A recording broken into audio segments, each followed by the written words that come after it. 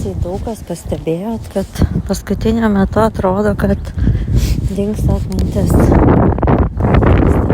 Informacija, pamirštam net tam tikrus žodžius, kuriuos žinojom. Tai reikia tik tai pasidžiaugti, o ne taip kaip dauguma sako, o ką daryti, kad pagerinti savo atmintį.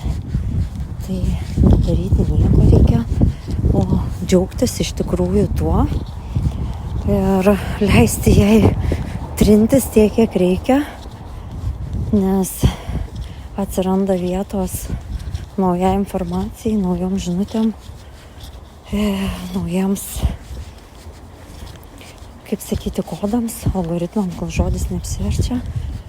Tai tiesiog džiaukitės, kad trinasi atmintis ir pamirštam, ką žinojom iki šiol, kas buvo mums įrašyta, ką buvom įsirašę patys, užsitvirtinę.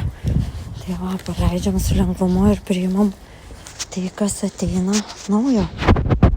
Tačiau jau tai, kas naujo, priimti reiktų per kitokius filtrus. Truputį būti sąmoningiams, kokią informaciją priimu, kokią pats sąmoningai renkuosi, ką leidžiu savo girdėti, ką pats transliuoju, ta prasme, kokioj energijoje ir vibracijoje esu ir kokias žinutes renkuosi, nes mes patys renkamės, ką klausyti, ką girdėti, ką matyti ir ko tikėti.